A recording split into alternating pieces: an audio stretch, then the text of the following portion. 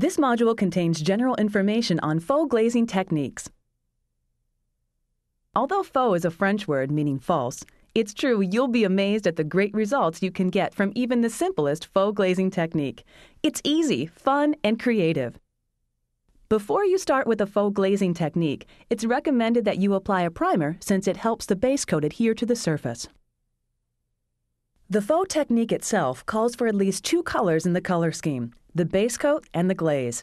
Depending on the technique, the base coat is either a semi-gloss or satin finish. These two sheens provide the most open time, that is, the time for working the glaze coat before it dries. Your base coat should be completely dry before you start to glaze. So unless otherwise noted, the recommended base coat dry time is 24 hours. The other color or colors is created by adding paint to glaze. This makes the paint more translucent and gives it more open time than paint alone, up to about 15 minutes, and the finished look has more depth and dimension. We recommend that the mixture paint be a satin finish. Since satin is the finish of the technique glaze as well, this will help you achieve a uniform sheen finish. Use a stir stick to mix vigorously for several minutes.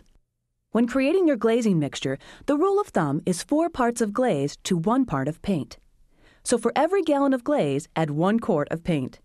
And unless otherwise noted, pour the mixture into a clean paint tray for application.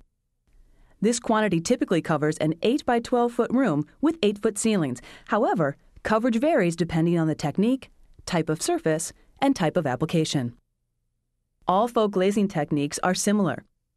The difference lies in the tools used to create the different looks, and whether you use them to add or subtract the glazing mixture. With an additive application, more of the base coat shows through. With a subtractive application, you see less of the base coat and more of the glaze paint mixture.